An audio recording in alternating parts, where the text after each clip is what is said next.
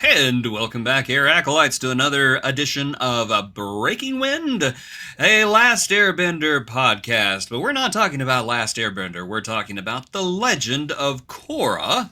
I am Jason Roy Gaston, this is VHS Jase, and this is Season 3, Book 3, Chapter 3, The Earth Queen. Here we are, born to be queens. Princess of the universe. Hey, you guys want to go see Ba Sing Se again? Did you miss Ba Sing Se? Well, we're going back to Ba Sing Se, the place that General Iroh could not conquer. Here it is, the big walled city of Ba Sing Se. It's growing a bit though, but that image is it's a little bit bigger. Looks like Coruscant from Star Wars, quite honestly. But you know what? I like it. But this is the city that Mako and Bolin came from. And so they're very excited to fly over until they fly over the outer ring because it kind of smells like BO and Broken Dreams. We'll get back to that here in just a minute. Anyway, they land in front of the palace of the Earth Queen, and we find out the Earth Queen is somewhat difficult. For one thing, she hates animals. And so they need to hide Naga and oh my gosh, the other one, Oogie, and the heck is the name of the little rat-faced guy? Bolin. They need to hide him. And Pabu. There we go. They need to hide all these animals because the Earth Queen doesn't want animals, and she's got all these rules, and she's obviously like the mirror opposite of the previous Earth King that we knew from the Avatar series. And of course, as they're being brought in, the world's most precocious child that everyone loves is like, I'm gonna steal everything. Yeah, I don't like this kid. Yeah, I don't like him either.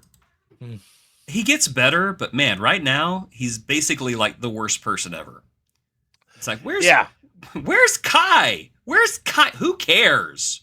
Just let him go. Just let him go. Let him go. He's a little street urchin. Let him go. Okay, you ready to meet the Earth Queen? Oh, wait, Kai is not the worst person in the world. The Earth Queen is the worst person in the world. Either the worst person in the world or the most fabulous drag queen I've ever seen in my entire life. She is something else. She throws gardeners in prison for not doing the topiaries correctly. She talks to the Avatar like she's scum. That's so petty. She's extremely petty, extremely small. She's basically like the worst person in the world to be in charge of anything. And we don't know anything about that, do we, America? We can't relate to that at all. Some rich, spoiled, small, petty, pea-brained leader in charge of everything. Nothing like we have right now. Nope. Moving on. I can't relate. Moving on. This show's gone woke now. Okay, whatever. Whatever. Korra goes to talk to the Earth Queen, and she's like, hey, we want to find the Airbenders in Ba Sing Se and, like, kidnap them or something. And the Earth Queen is just like, well, you got to do something for me first, because, hold on, I got to do the drag queen voice. Well, you have to do something for me first, sweetie. Sounds like the baby. That was Dr. Girlfriend from the Venture Brothers. Oh, yeah, I was thinking the baby from the beginning of Roger Rabbit. You know, the one? No. This is Dr. Girlfriend. She even looks like an aged Dr. Girlfriend. It's like, I tell you what, Avatar, you need to go and do something for me. I've got a vault, and it's full of money, and I want you to go get the money and bring the money here. That way... collecting taxes. It's my taxes.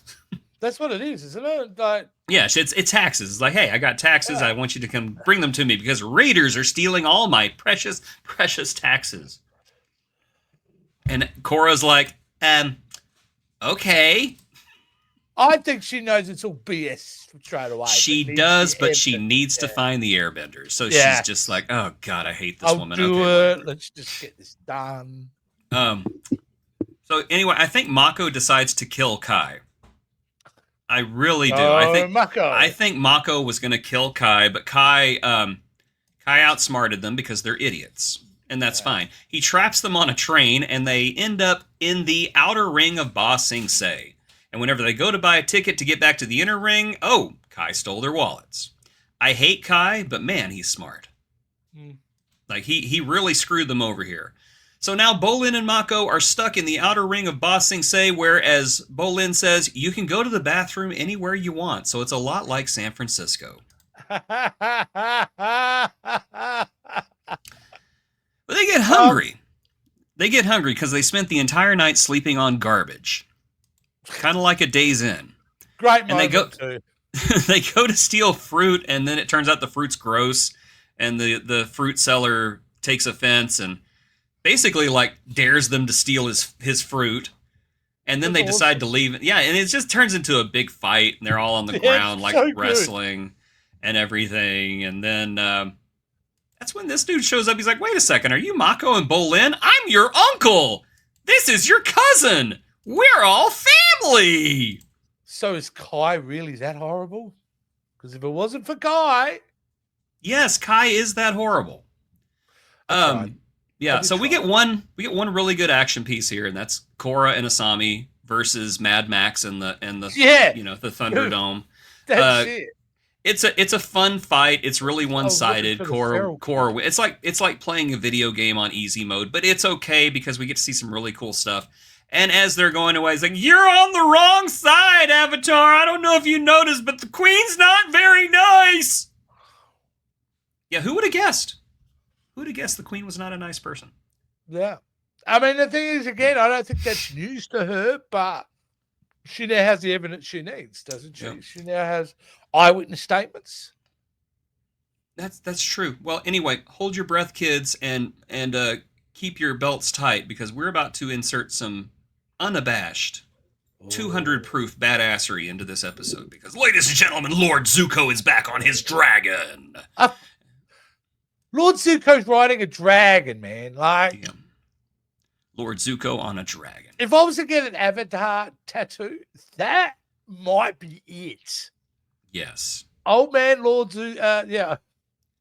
That's what we need. We need an Old Man Logan miniseries from Avatar. It's just Old Man Zuko. This Old Man Zuko just doing something. I don't know, going to groceries. Just, excuse me, this, I noticed that this cereal says it's just for children, but I want it for myself. Well, that, prostate exams, visits to see the family, playing with the grandkids. We also get the welcome return of Eska and Deska in the scene, because Zuko comes to them and is like, hey, did you know that there's a secret prison up here? And they're like, no, tell me more, old man. But before we do, Mako and Bolin, they go home, they meet their parents. Who cares? Anyway, moving on. Oh, I do. Oh my gosh, fine. They meet their family and their grandma, and they're like, oh, I can't wait to see your mom. Like, she did. He did. They all did. They should have wrote you and told you they died. That was very inconvenient of them. Yeah. I thought it was a sweet moment, and I also appreciated the efficiency of it, because we didn't have to spend a whole episode on it. We don't have to spend a 3-part like saga that drags that out. We kind of address it, and we're able to move on. I have a stone cold black heart. I didn't care. I'm sorry. It's filler. It's filler. I actually would disagree and say I think it's good character development, and we can kind of put that aside. Because sooner or later, someone's going to go, where are they from? There is. We know. They're from boring people. This only serves one purpose, and that is to, it serves one narrative purpose, and we'll get to that here in a little bit. Ooh. I love the fact that Zuko, even at age, 70 or 80, however old he is still like one of the most awkward human beings you will ever meet.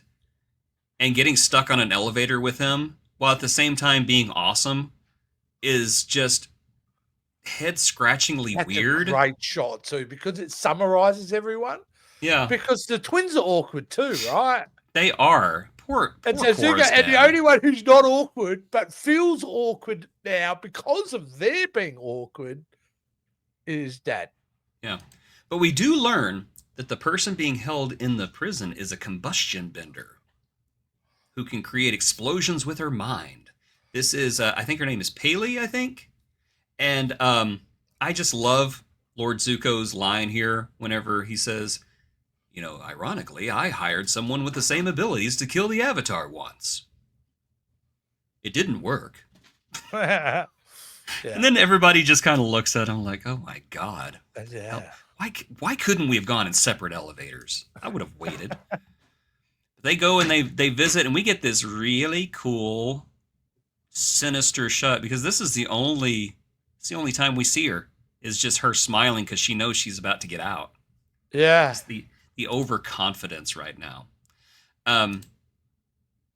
Do we care about this? I don't care about this. I still do. God. Grandmama of Mako and Bolin shows them a photo album and shows them a letter and basically like tells them about their family and takes up a few minutes of the episode that I'm sure probably ran short. I think it never deserved to be an A plot, but as a B plot, it's just like we've dealt with it. It's not great. It is perfunctory, but I think it's necessary. And like they don't write garbage. They've always put a little bit of heart and emotion in it. They make you feel things on this show, Jason. This could have been the bad guys making their way through, Avatar land. Yeah. Instead of Mako and Bolin's grandma getting sad. Aww.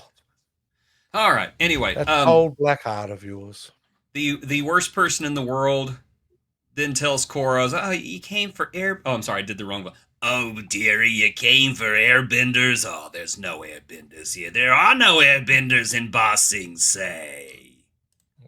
Sounds familiar. There are no airbenders in Ba Sing Se. Because she's definitely a credible source of everything that's happening in her own city. My gosh. Because her head fingernails is not so far up her butt. No, not at all. But again, she is fabulous. She is fabulous looking. She knows her fashion. She's got great nails. Yes. I'll give her that. Yes. I'm pretty sure they're like shredder nails where if she gets mad, she can throw one at the TV and it just sticks in the screen. Yeah. But Korra's just like, yeah, I don't believe you. You're a piece of crap. I'm going to go find the airbenders. And she's like, I should probably take you prisoner, but I'm just too busy. Yeah.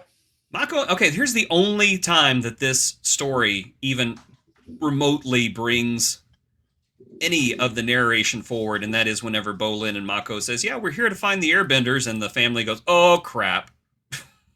Airbenders are like getting kidnapped, dude. Yeah.